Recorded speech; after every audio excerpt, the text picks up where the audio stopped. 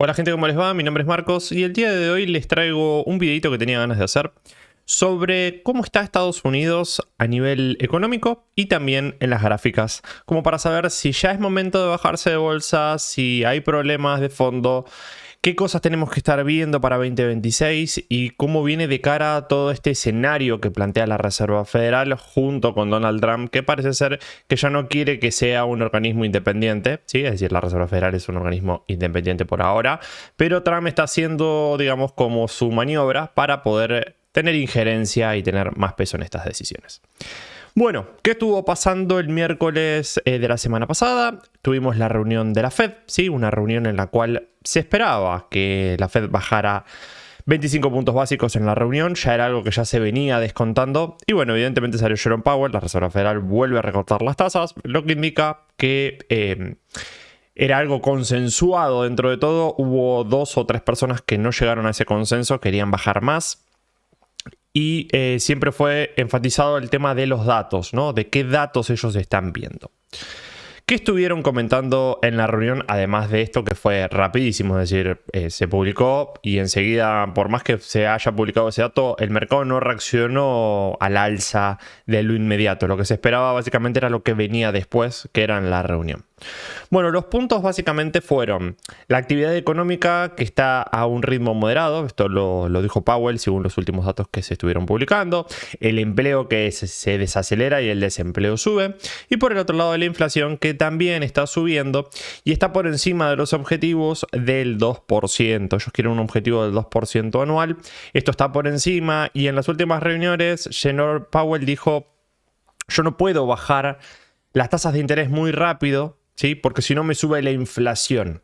Pero si yo no lo hago, el problema que tengo es que tengo un problema en el mercado laboral. Es decir, destruyo el mercado laboral. Entonces, por mejorar una métrica, estamos empeorando otra. En esta disyuntiva que se encuentra la Fed hoy en día, es muy cuidado a la hora de ver qué tanto mueven tipos de tasas de interés y cómo ven la perspectiva a futuro. Ahora, ¿esto realmente es cierto? ¿No hay problemas en el ritmo económico, en el crecimiento, en el desempleo, en la inflación? Vamos a verlo. Primero tenemos el dato del PMI manufacturero y del PMI de servicios. Bien, básicamente el que más le pega a Estados Unidos es el PMI de servicios, porque básicamente es el 70% de toda la economía de Estados Unidos se mueve por la parte de servicios.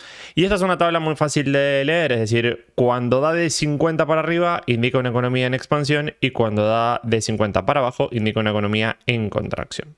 Por la parte de manufactura en realidad es qué tanta materia prima las empresas pueden comprar para poder hacer sus productos. Lo mismo, ¿sí? Es decir, cuando da por encima de 50 indica expansión, cuando da por menos de 50 indica contracción. ¿Por qué te lo pongo? Porque si bien los dos datos son importantes y figuran en rojo, el más importante, creo yo, debe ser o es el de servicios. Es decir, ¿por qué? Porque más la economía de Estados Unidos se rige por una parte de servicios y no tanto por vender materia prima o obtener materia prima. Bueno, lo que vemos acá claramente es que sí, desde octubre a noviembre tuvimos una subida, pero venimos de un deterioro desde febrero, ¿sí? Es decir, recién ahora se está viendo que podríamos llegar a tener una calma, por lo menos en la parte del PMI de servicios. Entonces eso concuerda un poco con la dialéctica de la Fed. Por otro lado, tuvimos las vacantes de empleo. Las vacantes de empleo, como su nombre lo indica, es qué tantas vacantes, qué tanto empleo disponible hay. Y como vemos, esto estuvo subió desde septiembre a octubre, viene en subida y vuelve de nuevo a la dialéctica de lo de la Fed, de ver lo del mercado laboral, que si bien está fuerte, por otro lado también tenemos un desempleo que está firme. Ya después tenemos la tasa de inflación. La tasa de inflación se ubica en el 3%. Esta es la anual, el gráfico es anual. Y como vemos, desde mayo en adelante la inflación empieza a subir. Más allá de los pequeños recortes que la Fed ha hecho. Estuvimos recortando las tasas, pero vemos que la inflación sí le es un punto importante a la Fed y cada vez le está costando más bajar la inflación. ¿Cuáles son las perspectivas? Y esto sí fue lo que gustó un poco al mercado, es decir, después de brindar todos estos datos, que sabemos que van en línea con lo que está esperado y básicamente la baja de tipos de tasas de interés de 0,25, es decir, eso está alineado y lo que dice la Fed es cierto. Las perspectivas que se ven para 2026 es que el PMI, o el PBI mejor dicho, va a subir 2,3 y luego en 2027 será de 2%. El desempleo se va a mantener alrededor del 4,4, bien, y luego ya después en 2027 va a bajar. Y por el otro, la inflación va a ser un poco más benigna, parecida a la de septiembre, es decir, que van a tener una inflación relativamente constante o tratar de mantenerla en línea, ¿ok?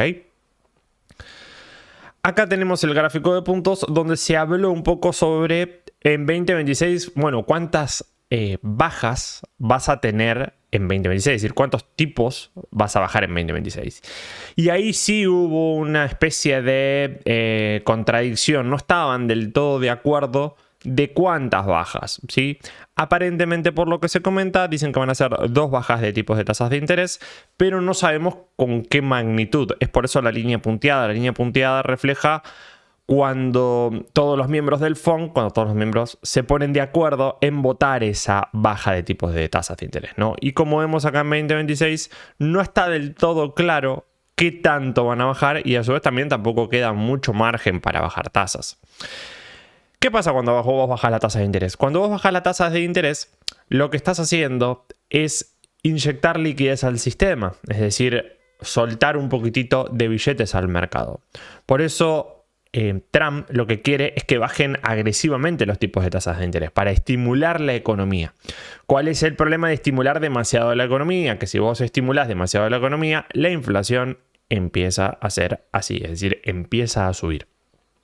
Y eso es un problema.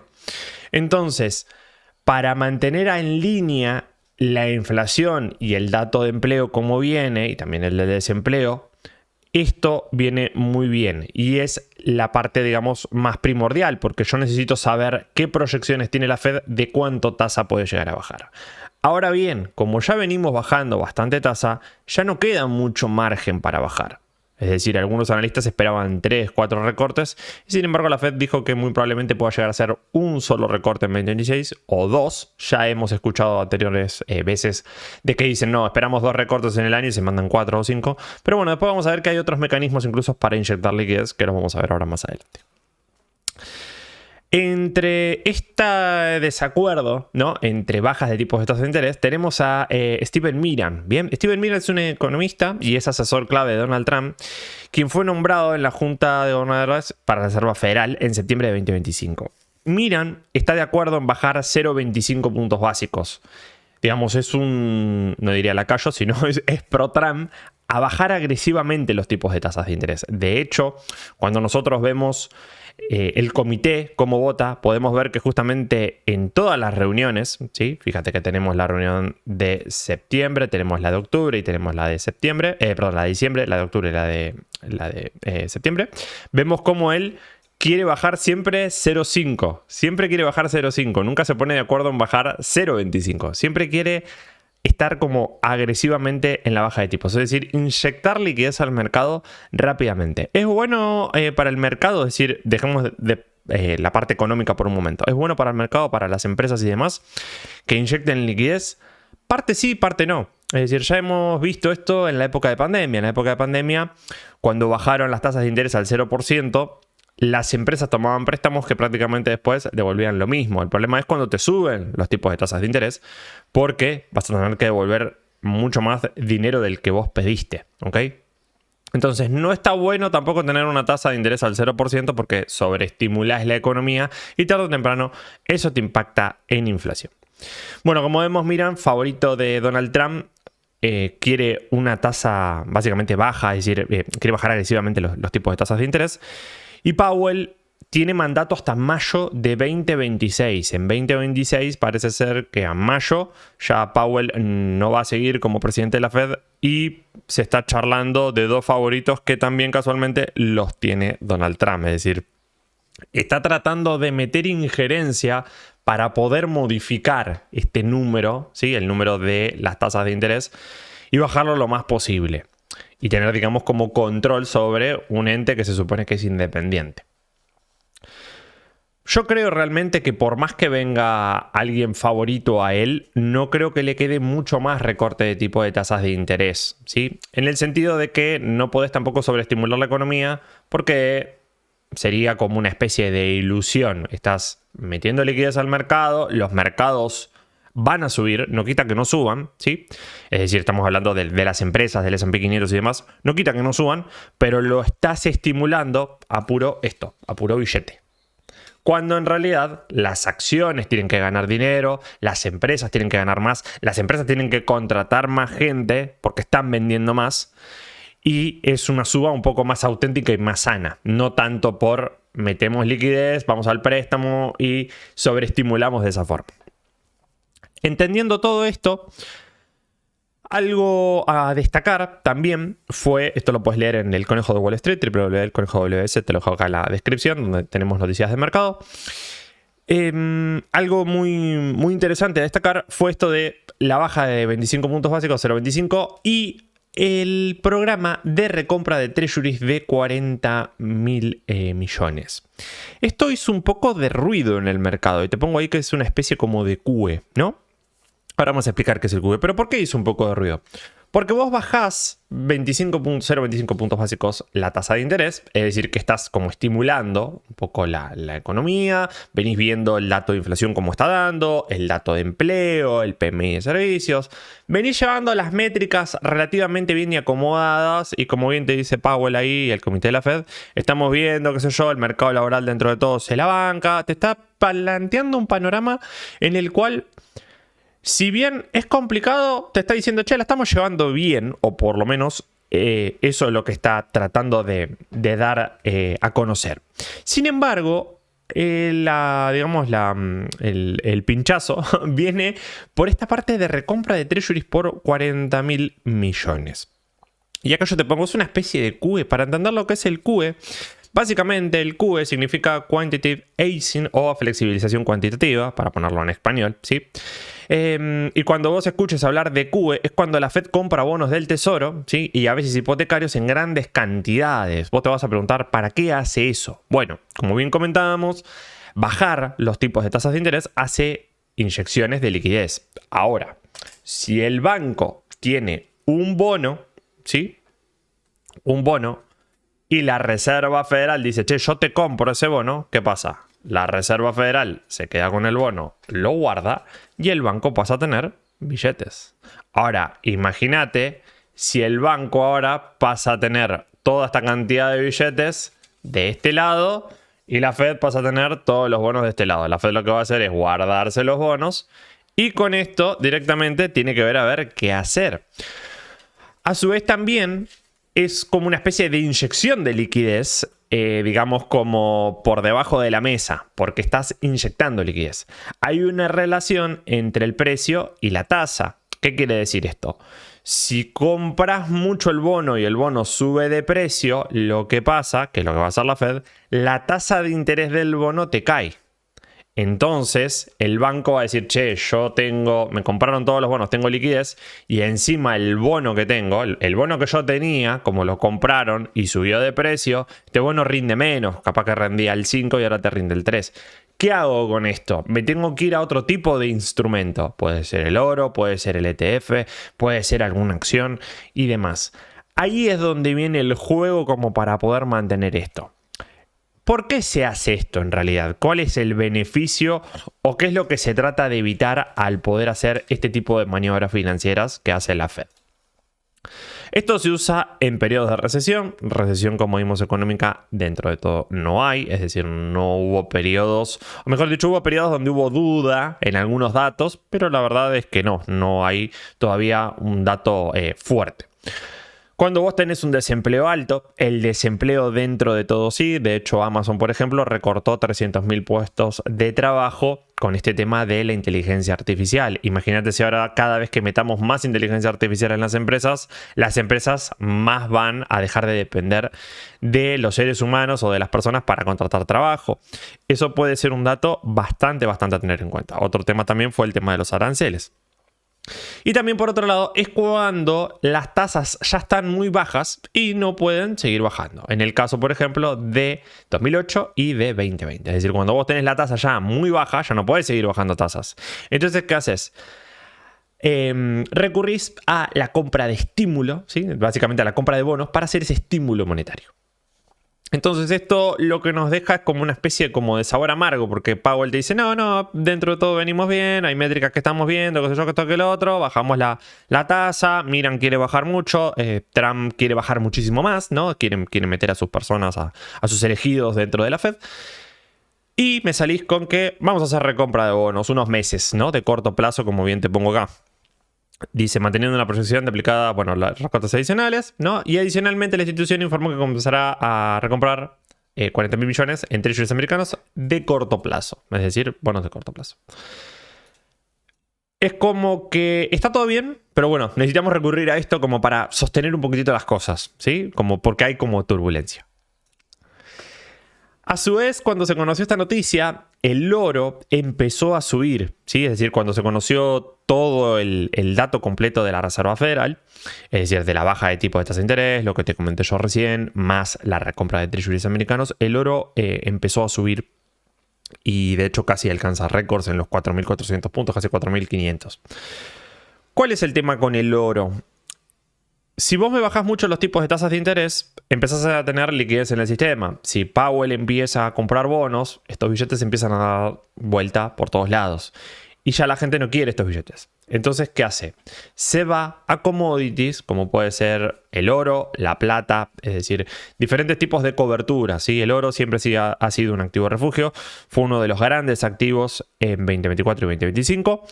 Vemos, de hecho, en septiembre cómo ha tenido una escalabilidad terrible. De hecho, hubo muchos bancos que empezaron a comprar oro. Sin embargo, tenemos un soporte claro, ya estamos en máximos, tenemos un soporte claro, creo yo, en 4.000 puntos. Mientras no rompa los 4.000 dólares hacia la baja, creo que no hay problema. ¿Lo va a romper? Si vos tenés tanto estímulo en billete, yo dudo mucho que el petróleo caiga por debajo de 4.000 dólares. Sí podemos llegar a tener oscilaciones o decir, es momento realmente de salir del oro y entrar en acciones americanas por esta zona de estímulo. Como bien te comentaba, si ese es el caso, hay que tener cuidado, ¿no? Porque yo estoy saliendo de un activo que se supone es de cobertura, los bonos no me están rindiendo tanto por esta recompra justamente de corto plazo, y estoy a meta liquidez, a meta inyección, ¿sí? De la bolsa. Y vos me decís, bueno, pero si pasa eso, seguramente el S&P 500 te sube un 20%. ¿No es bueno? Es bueno en teoría de que nosotros vamos a estar ganando dinero, o en las acciones, ¿no? Vamos a estar ganando dinero. El problema es que vos tenés que entender por qué es que está pasando esto. No decir, bueno, subió y listo, y bueno, dale, seguimos. Y no, hay que estar atentos a los porqués que están subiendo, ¿sí? Para tener en cuenta básicamente lo que va a venir en 2026. Porque si en 2026 estas cosas se complican, si las empresas no pueden tener buenos resultados operativos y demás, vos ya vas a estar preparado de antemano conociendo todas estas cosas que yo te estoy planteando acá. Si te está gustando la información hasta ahora, por favor te pido suscríbete, manito arriba. Y vamos, que realmente me gusta hacer estos videos porque es una especie como nueva en el canal, ¿no? Donde tratamos de poner un poco lo macro en contexto de por qué están pasando las cosas. Después, ahora, obviamente, nos vamos a los gráficos, como siempre les gusta a ustedes, ¿no? Así que para eso vamos primero a hacer un análisis de los mejores índices, vamos a analizar el oro y ya después vamos a sacar un poquitito las conclusiones. Muy bien, gráfico semanal del S&P 500. Bien, lo que estás viendo del lado de la derecha se llama Volumen Profile, es un indicador el cual es de volumen, ¿sí? Es muy similar a las barras de volumen que nosotros podemos llegar a tener acá abajo. Pero bueno, sin embargo, lo que vos tenés que tener en cuenta es esta línea roja, ¿sí? Que esto básicamente vendría a ser la mayor negociación que hay entre la primera vela que se gesta desde acá abajo hasta la última que es de acá arriba. Esto lo que indica es el punto POC, digamos, el punto de control o mayor negociación que hubo de volumen, que casualmente coincide con una zona de soporte. Esto te sirve justamente para tener soportes tanto por volumen, que vendría a ser la línea roja, como de precio, que son las velas japonesas. El primer nivel de soporte que tenemos en un gráfico semanal básicamente es de 6.000 puntos y sería la línea de tendencia de largo plazo que venimos teniendo. La tendencia alcista sigue siendo alcista y estructuralmente está bien. Es decir, no vemos problemas. Los máximos y los mínimos siguen siendo crecientes. De hecho, podemos trazar incluso otra línea así para poder tenerlo un poco mejor o una especie de directriz. Pero lo cierto es que está bastante bien. Yo esto por ahora lo voy a sacar, prefiero manejarme justamente con el gráfico así. ¿Cuál es el problema que vemos acá? Bueno, primero y principal lo que podemos notar es que sí tenemos una tendencia de corto plazo alcista en este punto, ¿ok? Pero acá ya es más un impulso que una tendencia. ¿Por qué? Porque una tendencia se gesta entre máximos y mínimos crecientes, es decir, una tendencia alcista. Yo necesito por lo menos mínimos crecientes y máximos crecientes y acá vemos que esto hace así. ¿Eso es un problema? Sí, de corto plazo sí. Por otro lado, tenemos que en diciembre, más o menos de 2024, a principios de febrero, tuvimos el Día de la Liberación en Estados Unidos, donde Donald Trump sale con su tabla a ponerle aranceles a todo el mundo y vemos cómo el precio claramente tuvo una corrección a niveles de los máximos de 2022, enero de 2022, y estuvimos básicamente, sí, en abril de 2024. Linda zona de soporte. Ahora la pregunta es, en un gráfico semanal, ¿cómo estamos? Bueno, a nivel técnico seguimos con una tendencia relativamente alcista, o sea, tenemos tendencia alcista. Este último impulso quizás a mí mucho no me convence.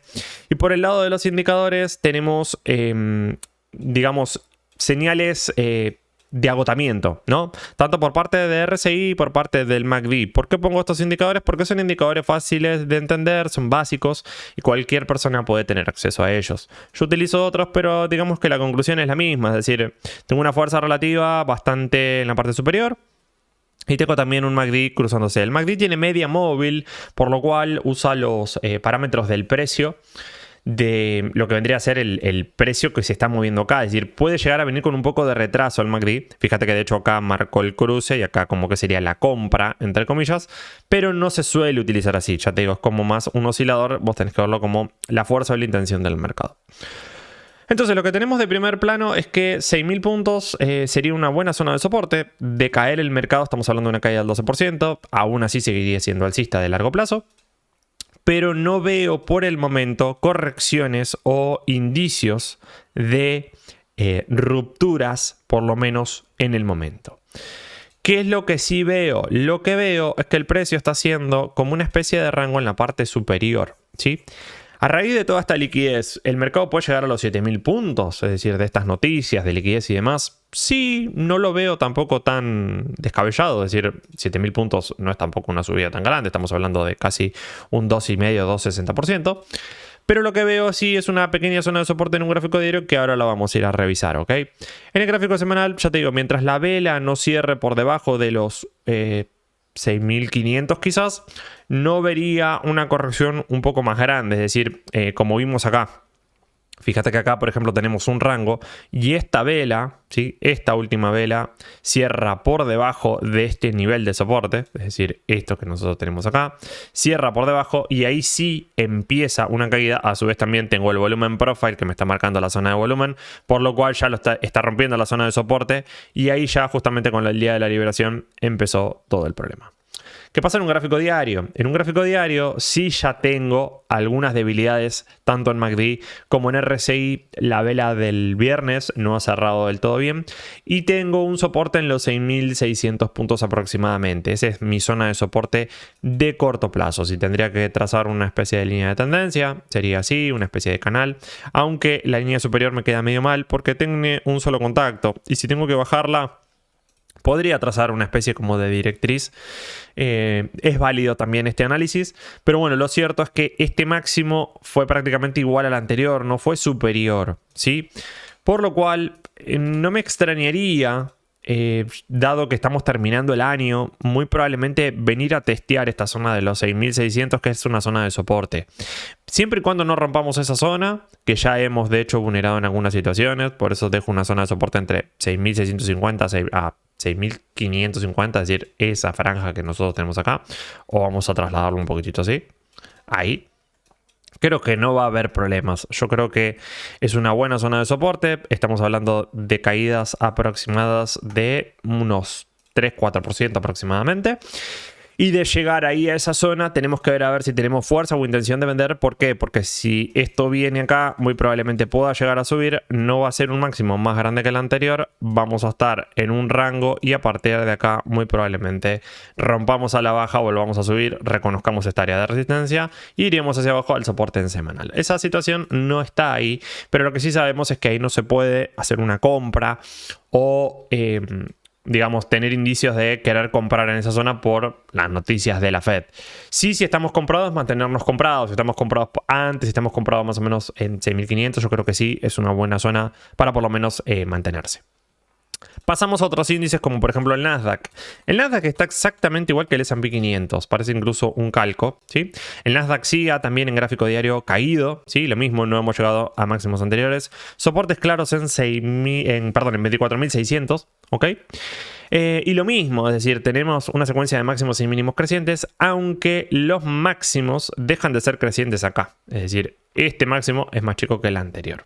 Por lo cual indicaría un proceso de debilidad o de estar atento. En un gráfico semanal es muy parecido, es decir, la tendencia sigue siendo alcista de largo plazo. De caer podemos llegar a ir a 21.600 aproximadamente, 21.650, esta franja de acá. Y sí tendríamos correcciones un poco más grandes, ¿sí? Dow Jones, dentro de todo, estuvo bastante bien. De hecho, estuvo subiendo. Fue uno de los índices que sí lo hizo mejor.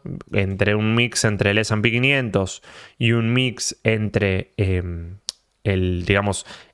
Nasdaq. Nosotros tenemos S&P 500, Nasdaq y el Dow Jones. Si el Nasdaq cae y el Dow Jones sube, lo que vamos a tener es una vela relativamente neutral o no tan bajista en el S&P 500. Fíjate que lo mismo, ¿no? Es decir, las tendencias vienen bien. Acá sí tengo un máximo creciente, es decir, que esto es válido. En los otros índices no. Fíjate que este máximo no llegaba a ser más grande que el anterior, por lo cual acá todavía veo fortalezas, pero también no veo puntos de entrada, sino que tengo lindas zonas de soporte por lo menos en 46.000 puntos. ¿Qué pasa con el oro y con la plata? El oro y la plata lo estuvieron haciendo muy bien, ¿sí? De hecho, vamos a poner los dos gráficos para que lo puedas ver. Mira, justo tengo la plata en gráfico diario. El oro y la plata lo estuvieron haciendo bastante bien. El oro ya pareciera ser que vamos a tener una zona de soporte en 4.200 aproximadamente. Y tengo una especie, digamos, de RSI en la parte media junto con un MAC que se ha cruzado. Los máximos y los mínimos siguen siendo crecientes.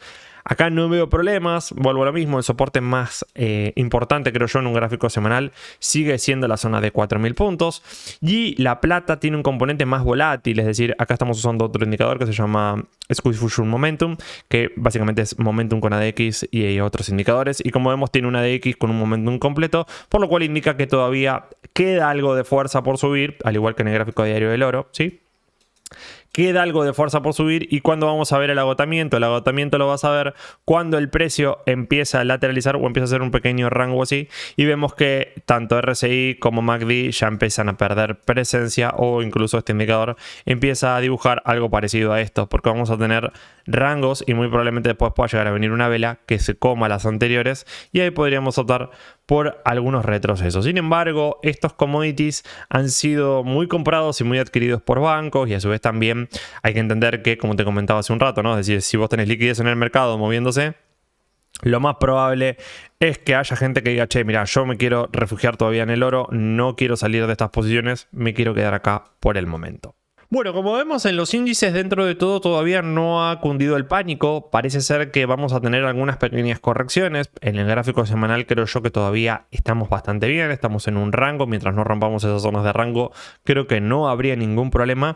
Y dadas estas noticias de la Fed, de los treasuries y demás, muy probablemente quizás nos queda una última subida. En abril más o menos del próximo año se pagan impuestos en Estados Unidos, por lo cual seguramente podríamos llegar a ver algunas caídas. Eso ya lo podemos dejar para otro video para que este no se haga tan largo, sobre cuáles fueron los meses alcistas, bajistas que estuvo pasando entre medio.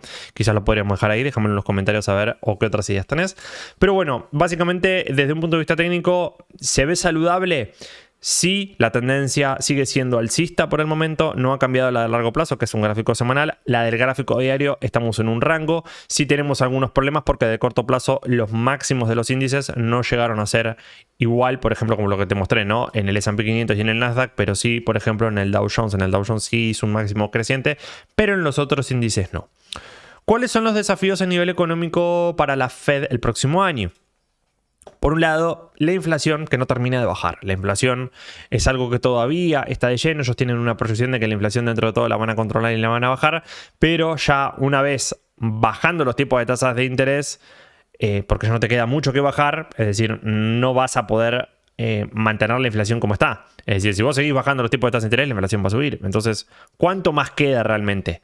¿Va a venir alguien como Mira? ¿Va a venir un nuevo presidente de la Fed pro-Trump que baje tipos de tasas de interés a costa de que la inflación suba y que el mercado, bueno, haga lo que tenga que hacer? Es decir, que tengamos un mercado alcista, porque Donald Trump no quiere un mercado bajista, a toda costa no lo quiere. Entonces está tratando de ver a ver qué es lo que puede llegar a hacer o cómo puede dibujar este tipo de situaciones. Entonces esto es un dato muy importante. Por otro lado, tasas que no se pueden bajar ya demasiado, es lo que te comentaba, y la parte de los bonos que estuvieron comprando, es decir, los treasuries americanos. Se vendrá otro programa de QE, es decir, liquidez nueva que entra al mercado por parte del Tesoro, donde está Scott Bessent, por parte de la Fed, recomprando bonos del Tesoro y ya no tanto dependiendo de la baja de tipo de tasas de interés. Todo esto pone un componente en el sentido de, estamos con el tema del dato laboral, la gente que no la echen, por un lado de la inflación y esta parte de estímulo que tenemos que meter. Y como último tenemos la deuda y el déficit que siguen siendo muy altos y el crecimiento cada vez más lento. Las empresas tienen que agarrar y empezar a ganar dinero realmente, no tanto por estímulo, ¿sí? Vemos empresas como por ejemplo Oracle, que se endeudó muchísimo para poder optar por inversión de IA. Vemos ya Nvidia, por ejemplo, que dio un buen balance y sin embargo ya las valuaciones están muy arriba. Entendamos que también los magníficos 7 tienen grandes ponderaciones en los índices y tienen niveles muy altos. Si yo me voy a ver, digamos, un análisis fundamental y veo a ver métricas, muy probablemente estén muy sesgadas, pero también porque la empresa está muy grande. Estamos hablando de empresas de 1.000 millones de millones. O sea, son monstruos realmente, entonces las valuaciones van a dar bastante altas. Todo esto a mí me hace pensar que 2026 va a ser un año desafiante, va a ser un año donde tenemos que ver un poco la dialéctica de la Fed, este tema de la recompra de bonos, si se viene algún QE o no, y cómo lo están sosteniendo, pero sí me da a entender que estamos, como diríamos, a puro ibuprofeno para poder mantener este dolor que tenemos, ¿no? Y eso a la larga no es sano, ¿sí? No es sano.